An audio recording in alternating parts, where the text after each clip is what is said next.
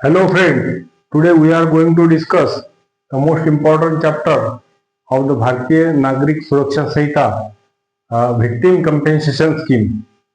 आता victim compensation scheme ही जाणून घ्यायच्या अगोदर आपल्याला victim म्हणजे काय हे आधी जाणून घ्यावं लागेल. Victim means a person who has suffered any loss, injury caused by reason of the act or omission of the accused person and include the guardian or the legal head of such a victim. म्हणजे victim म्हणजे असा व्यक्ती की जो suffer झाला any loss or injury, त्याला loss or injury झालेली आहे cause by the reason of or cause by the act or omission of the accuse person and include the guardian. म्हणजे फक्त व्हिक्टिमच नाही तर त्यामध्ये गार्डियन इन्क्लूड आला आणि लिगल हेअर सुद्धा included of such a victim. म्हणजे व्हिक्टिम म्हटल्यानंतर तो व्हिक्टिम स्वतः ज्याला इंजुरी झाली, ज्याला काही लॉस झाला तो, आणि त्या व्यतिरिक्त गार्डियन आणि त्या व्हिक्टिमचे लिगल हेअर्स म्हणजे त्याचे वारसदार.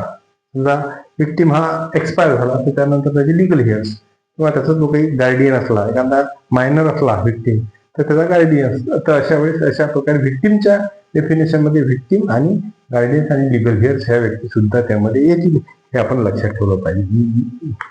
नुसतं म्हणजे व्हिक्टिम म्हणजे ज्या व्यक्तीला इंजुरी झाली किंवा तोच नाही तर त्याचा गार्डियन किंवा त्याचा लिगल हेअर हे सुद्धा व्यक्ती येते. आता आपण जाणून घेऊ व्हिक्टिम कम्पेन्सेशन स्कीम म्हणजे काय. तर हे जे व्हिक्टिम आहे त्या व्हिक्टिमला कम्पेन्सेशन दिल्या जाते स्टेट गव्हर्नमेंट कडून किंवा सेंट्रल गव्हर्नमेंट कडून. आता जो सेक्शन 396 आहे DNSAचा जो सेक्शन 396 आहे त्यामध्ये असं सांगितलेलं आहे की जो म्हणजे कोर्टाकडून बऱ्याचदा एखादी जजमेंट देताना त्यामध्ये कम्पेन्सेशन दिल्या जाते. आणि पण कोर्टाला जर सेक्शन 395 नुसार जी काही कोर्टानं कम्पेन्सेशन दिलं आरोपीला ते जर पुरेसं नाही आहे, अपुरं आहे, इनएडिक्युट आहे, तर अशा वेळेस तर कोर्ट रिकमेंड करते की स्टेट गव्हर्नमेंटनं त्या व्हिक्टिमला कम्पेन्सेशन द्यावं.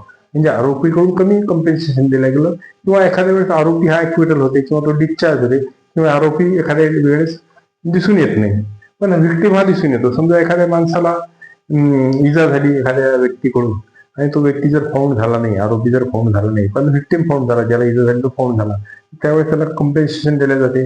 किंवा 395 सेक्शन मध्ये कोर्ट कम्पेन्सेशन देते अक्युजला, आरोपीला की तू व्हिक्टिमला कम्पेन्सेशन. पण ते जर अपुरेसं असलं तशा वेळेस स्टेट गव्हर्नमेंटची जी व्हिक्टिम कम्पेन्सेशन स्कीम आहे त्या कम्पेन्सेशन स्कीम मधून त्या व्हिक्टिमला पैसे दिले जातात. त्याचे ते नुकसान झालेलं आहे, त्याची जी इंजुरी झालेली आहे त्या इंजुरीच्या बाबतीत त्याला त्या ठिकाणी जे पैसे दिले जातात सेंट्रल म्हणजे स्टेट गव्हर्नमेंट कडून त्याला म्हणतात व्हिक्टिम कम्पेन्सेशन स्कीम.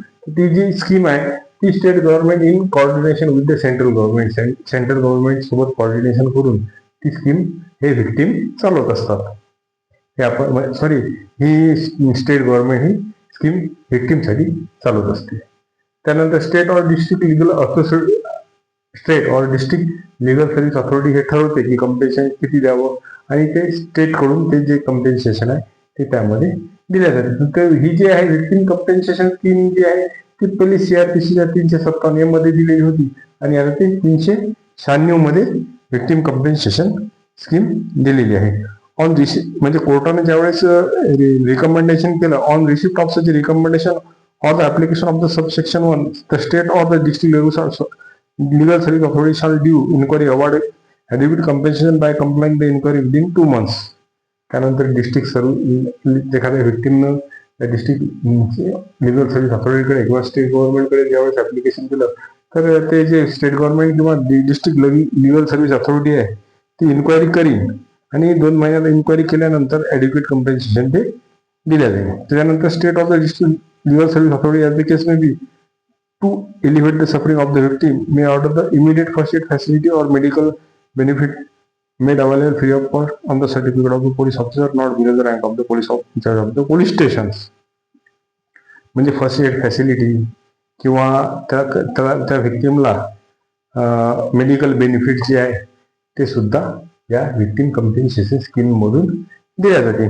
आता जे कम्पेन्सेशन दिलेलं आहे, compensation payable by the state government section shall be in addition to the payment to the fine of the victim under section 65 section 70 and subsection 1 of section 124 of the भारतीय नागरिक संहिता. म्हणजे जी काही वुमेनला जे कम्पेन्सेशन दिले जाते त्या कम्पेन्सेशनच्या व्यतिरिक्त हे ऍडिशन मध्ये कम्पेन्सेशन स्टेट गव्हर्नमेंट कडून दिलं जाईल. म्हणजे ज्या ऑफेन्सच्या सपोर्ट ज्या वुमन आहेत सेक्शन 65 मधल्या ऑफेन्स अगेन वुमन आणि सेक्शन 70 मधले त्या ऑफेन्सला जे काही कम्पेन्सेशन तिथून दिलं जाईल ते हे तर त्या स्कीमच्या अंतर्गत हे जे कम्पेन्सेशन दिले हे त्यासाठी ऍडिशन असेल. पहिले त्या आरोपीकडून कम्पेन्सेशन दिलं जाईल, कोर्ट काय द्यायचं असले ते कम्पेन्सेशन तिथं अवॉर्ड करेल. पण हे जे कम्पेन्सेशन आहे हे त्या पीडित स्त्रीला जे सेक्शन 65 आणि सेक्शन 60 म्हणजे भारतीय न्याय संहितेच्या अंतर्गतचे जे सेक्शन आहेत त्यामधल्या स्त्रियांना या प्रकारचं कम्पेन्सेशन हे इन ऍडिशन टू असणार आहे त्या व्हिक्टिम्स कम्पेन्सेशन स्कीमच्या अंतर्गत. तर हा जो व्हिक्टिम कम्पेन्सेशन स्कीमचा जो कन्सेप्ट आहे ही कन्सेप्ट लेटर ऑन डेव्हलप झालेली आहे आणि ते एक सीआरपीसी मध्ये अमेंडमेंट मधून आलेली होती. म्हणजे सुरुवातीच्या सीआरपीसी मध्ये नव्हती, ते 357 मध्ये अमेंडमेंट मधून आली होती. आता सीआरपीसी रिपील झाल्यामुळे आता ती जी व्हिक्टिम कम्पेन्सेशन स्कीम आहे ते सेक्शन 396 मध्ये आहे.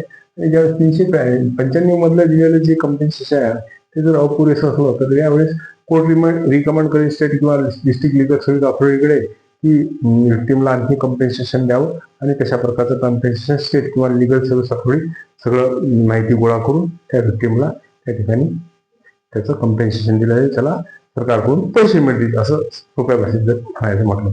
तर हा महत्वाचा व्हिडिओ होता व्हिक्टिम कम्पेन्सेशनच्या बाबतीतला. आपण जर हा व्हिडिओ आवडला असेल तर या व्हिडिओला लाईक करा, माझं चॅनल सबस्क्राईब करा आणि शक्य होईल तेव्हा हा सबस्क्राईब करा. तोपर्यंत गुड डे आणि गुड बाय.